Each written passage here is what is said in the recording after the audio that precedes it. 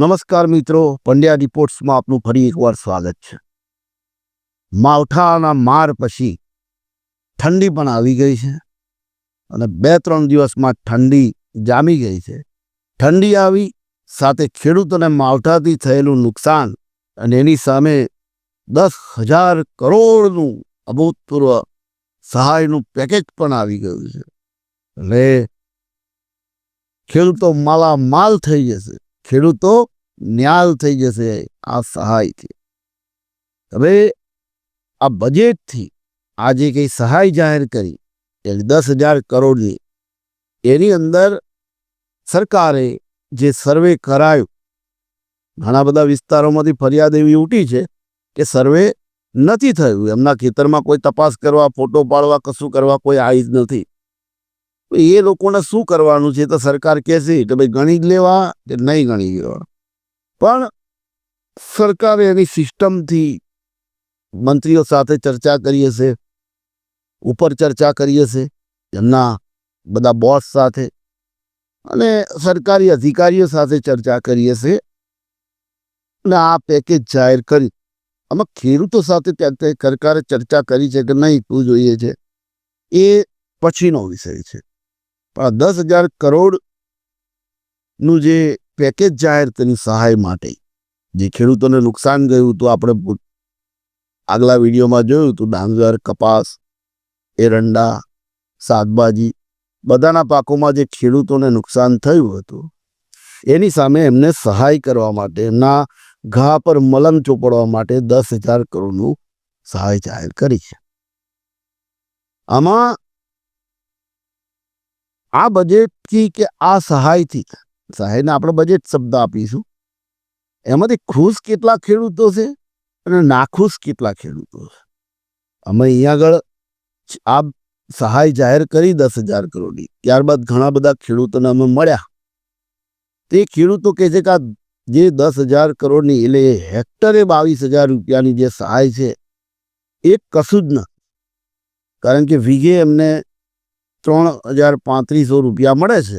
વીઘે એ ખેડૂતને ડાંગર રોપણીનો ખર્ચ હોય, તમાકુ રોપણીનો ખર્ચ હોય, એરંડાનો ખર્ચ હોય કે બીજી કોઈ ખેતીનો ખર્ચ હોય, એ વીઘે સરેરાશ 12,000થી 17,000-18,000 રૂપિયા છે અને એની સામે 3,500 રૂપિયાનું પેકેજ વીઘે એ કશું જ નથી।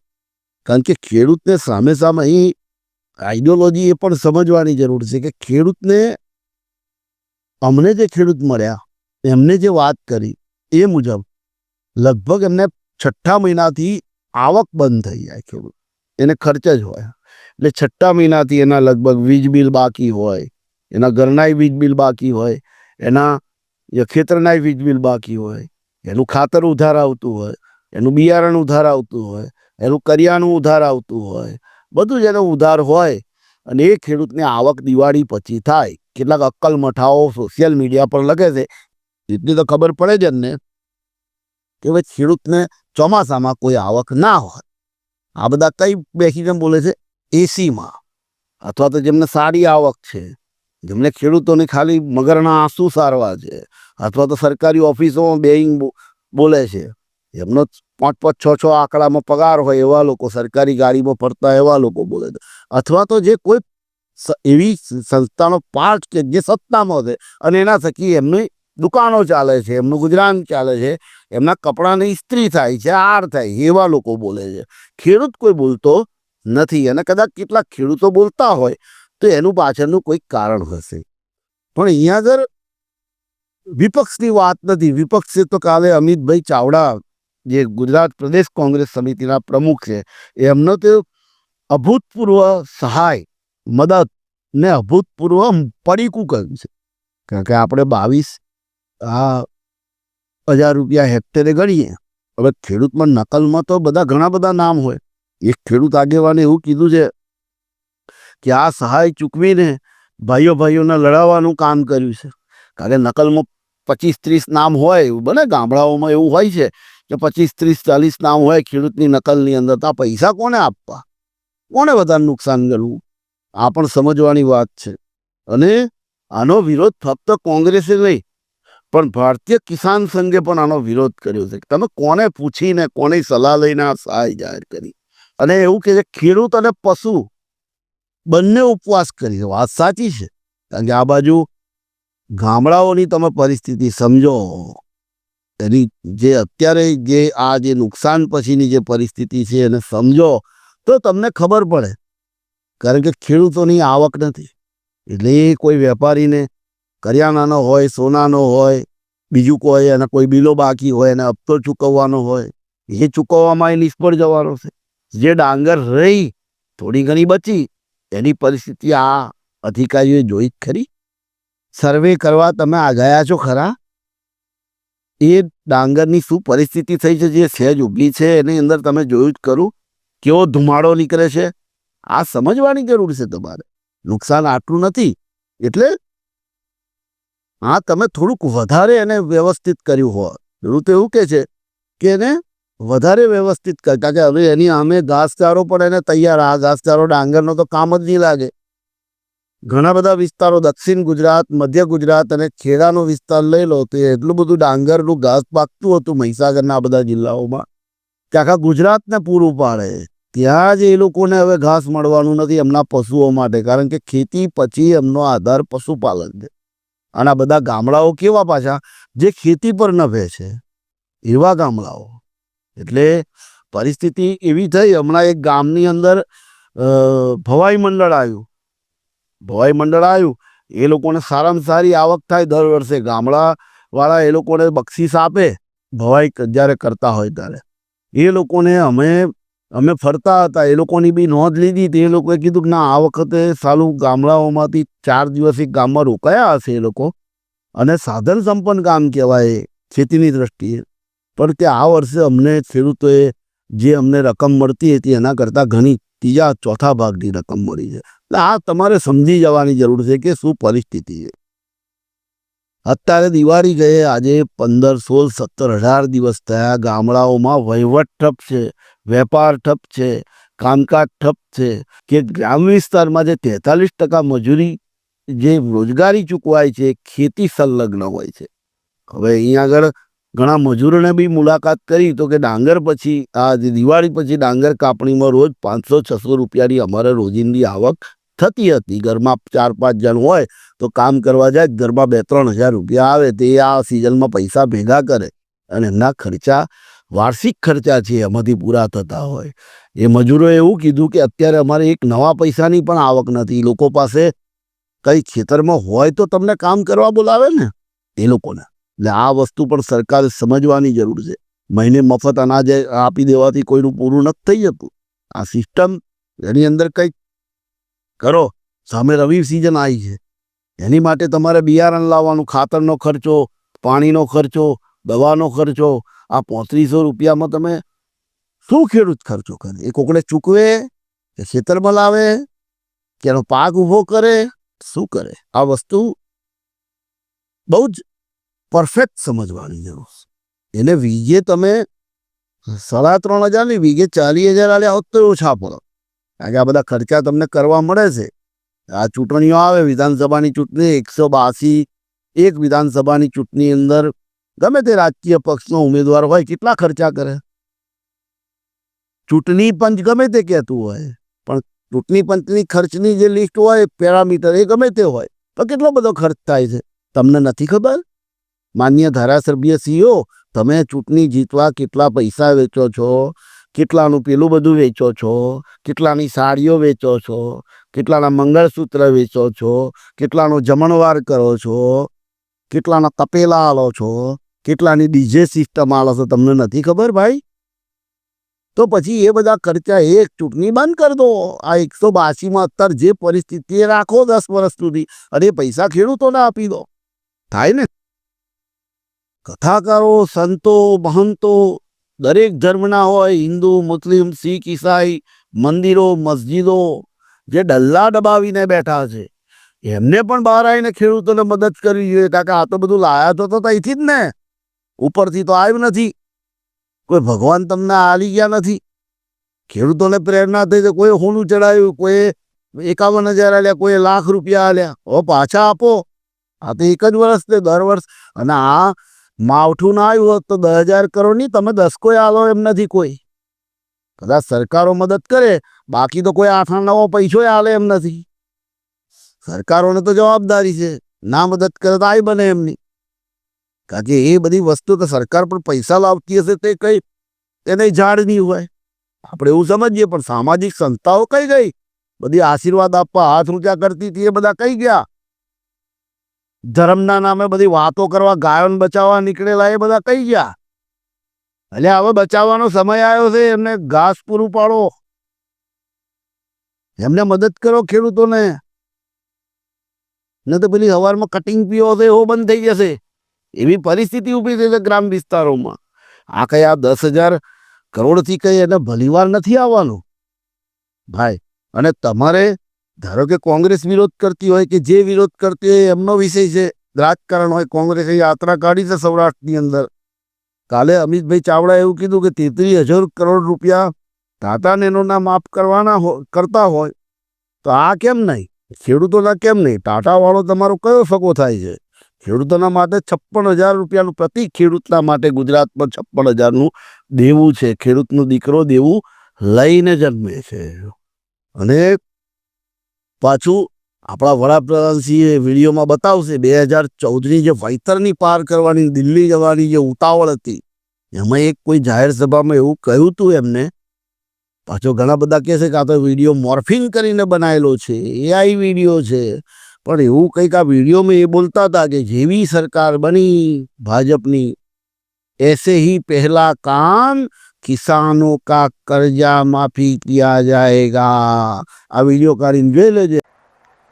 मैं वादा करता हूं कि भारतीय जनता पार्टी की सरकार बनने के बाद पहली ही मीटिंग में पहला ही काम किसानों की कर्ज माफी का कर दिया जाएगा. લેજે, એમને પૂછજો બધા, તમે બધા જે એમની આરતી ઉતારે છે બધી કંપની પૂછી જોજો કે આવું આપણે કહ્યું તું કે નહીં. એ વખતે ભલે ના કર્યું, 14 તેલવાળી થઈ, સત્તા મળી ગઈ, 14 પછી 19 અને હવે તો 26 આવ્યું. હવે 26 ચાલુ થઈ જવાનું ટૂંક સમયમાં. તો માફ કરો ને, તમને કોણ રોકે છે? અદાણી અંબાણી ભારતનું ગૌરવ. આપો ને ભાઈ ખેડૂતોને પૈસા. ખેડૂતોની જમીન, સરકારી જમીનો બધી ટોકન ભાવે એની અંદર તમારાથી ધંધો થાય છે. તો શું વાંધો છે?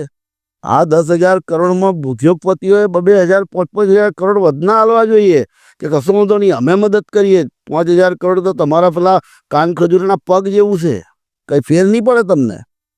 બધાને બધી ખબર છે. એટલે મદદ કરવાની વાત છે ખેડૂતોને.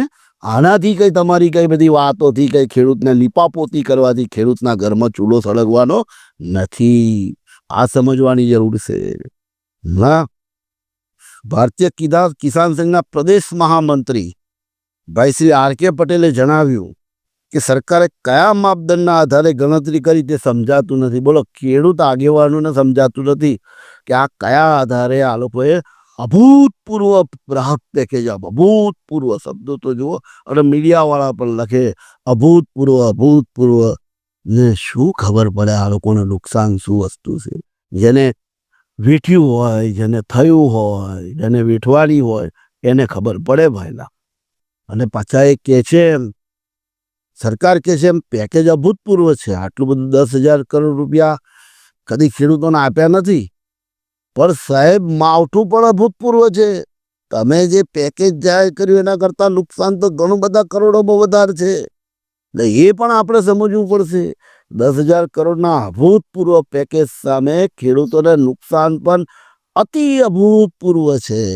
એ સમજીને વિચારવાનો સમય છે અત્યારે તમારી પાસે. વિચારી લેજો. જેને નુકસાન વધારે થયું છે એને તમે 100% મદદ કરો. પણ જેને 10, 15, 20% એવા ખેડૂતો છે, આપણે ના નથી પાડતા બધાને નુકસાન થયું છે. પોકેટ વિસ્તારની અંદર વધારે નુકસાન. અમે પંચમહાલ જિલ્લાના ઘણા વિસ્તારોની વાત લઈ લો તો એમાં ગોધરા તાલુકાનો પશ્ચિમ વિસ્તાર એવો છે જે 12-13 ઇંચ વરસાદ પડ્યો છે. આ લોકોની ગણતરી નહીં હોય. તમે એમને પૂછશો ના પાડશે, ના અમારે ત્યાં ગોધરામાં નંદાયો નથી. ગોધરામાં તો ના જ નંદાય ને. કાંઈક 10, 15, 20 કિલોમીટરના વિસ્તારમાં વરસાદ અલગ અલગ પડતો હોય. એટલે 10 થી 12 ઇંચ વરસાદ. તળાવોમાં પાણી આવી ગયા, રસ્તા બંધ રહ્યા 4-5 કલાક. ગામડાઓમાં જે નીચાણવાળા વિસ્તારો હતા ત્યાં પાણી ભરાઈ ગયા. એટલે ખેડૂતને તો બધી ખબર પડે ને ત્યાં પાછા હોશિયાર માણસો છે જ પાછા, બરાબર. એટલે ત્યાં 10 થી 12 ઇંચ વરસાદ પડ્યો છે, ઘણી જગ્યાએ 5-6 ઇંચ પડ્યો હોય, ઘણી જગ્યાએ 2-3 ઇંચ પડ્યો, એવું બન્યું છે. એટલે ત્યાં વધારે નુકસાન થયું છે. ત્યાં બાજુ સર્વે તો ખેતરોમાં થયું જ નથી. આ તો પેલા ગ્રામ સેવકો આયા, આ ને કઈ ગયા કે ભાઈ નંદાઈ દેજો, વીસી ને ગ્રામ પંચાયતના 8 આની નકલ આલ લેજો, બધાને આલવાનું જ, બધાને આલવાનું. પણ જેને નુકસાન થયું એને તો મળવું જોઈએ ને, એને વધારે મળવું જોઈએ. આ 3500 રૂપિયા વીઘે, 22,000 રૂપિયા તમે હેક્ટરે કયા છે તેની ગણતરી કરી તો વીઘે એને 3,3500 રૂપિયા મળે છે. કિસાન સંઘે ચીમકી પણ ઉચ્ચારી, ધમકી પણ આલી છે. સરકારે જાહેર કરેલું કૃષિ પેકેજથી ખેડૂતોમાં અસંતોષ અને આક્રોશ ભભૂક્યો છે. ત્યારે ખેડૂતો આંદોલન કરશે તો ભારતીય કિસાન સંઘ પણ ખેડૂતોની પડખે રહેશે. આ ભારતીય કિસાન સંઘ પાછું ભાજપની જે સત્તા છે એની માતૃ સંસ્થા, જ્યાંથી ભાજપનો જન્મ થયો એ RSSમાંથી જન્મેલું છે ભાજપ, અને કિસાન સંઘ પણ એની એક સંલગ્ન સંસ્થા છે. આ વસ્તુ સમજવી જોઈએ. એમાં કદાચ બે ફાટા હોઈ શકે, સમય આવે ફાંટા પડતા હોય છે, પણ ટૂંકમાં એ લોકો હંમેશા સરકાર પડખે રહેતા હોય. અને આજે એમને સાચી વાત કરી છે. કિસાન સંઘના જે મહામંત્રી છે RK પટેલ, એમને સેલ્યુટ છે. અહીં આગળ જે ભાઈમાં ઝઘડો કરાવે એવું પેકેજ છે એવું કહેનાર પંચમહાલ લાયક કિસાન સંઘના મહામંત્રીને પણ સેલ્યુટ છે. સરકારે પુનઃ વિચાર કરવો જોઈએ. એટલે પુનઃ વિચાર માનીય મૃદુ અને મક્કમ મુખ્યમંત્રી શ્રી, તમારે જાતે વિચાર કરવો પડશે. આપ પણ પાટીદાર પરિવારમાંથી આવો છો, પાટીદારના દીકરા છો, ત્યારે કણ બી એટલે પટેલ એ કણમાંથી હજારો બી કરે. એના ઘરની અંદર શું તકલીફ છે, બધા કંઈ દરેક સમાજમાં બધા સમાજવાળા ને બધા જ્ઞાતિવાળા કંઈ કરોડપતિ નથી હોતા. એ આઈડિયોલોજી સમજવી પડશે. ગામડાઓમાં તમારે ખરેખર પ્રવાસ ગોઠવો. એક મંત્રી તો અંધારામાં રાત્રે જોવા ગયા કેટલું નુકસાન થયું છે. હા ભાઈ, અંધારામાં તમને કેવી રીતે ખબર પડે બેટરી મારી? આ તો પેલા અંધારામાં તીર ભગાવવા ગયા એવી વાત તે ડબલા ઠોકવાની. એટલે કદાચ તમારે જતાં જતાં અંધારું પડી ગયું તો એ સમજવાની વાત છે, પછી બીજે દિવસે જવું જોઈએ. પણ આ વસ્તુ જે વિપક્ષ માગણી કરે છે, પ્રધાનમંત્રી ફસલ બીમા યોજના ગુજરાતમાં 2019થી બંધ કરી દેવાય. હવે એ જો ગણતરી કરીએ તો ખેડૂતને 60,000 કરોડ કરતાં વધારે રકમ વીમા કંપનીઓ પાસે લેવાની બાકી છે.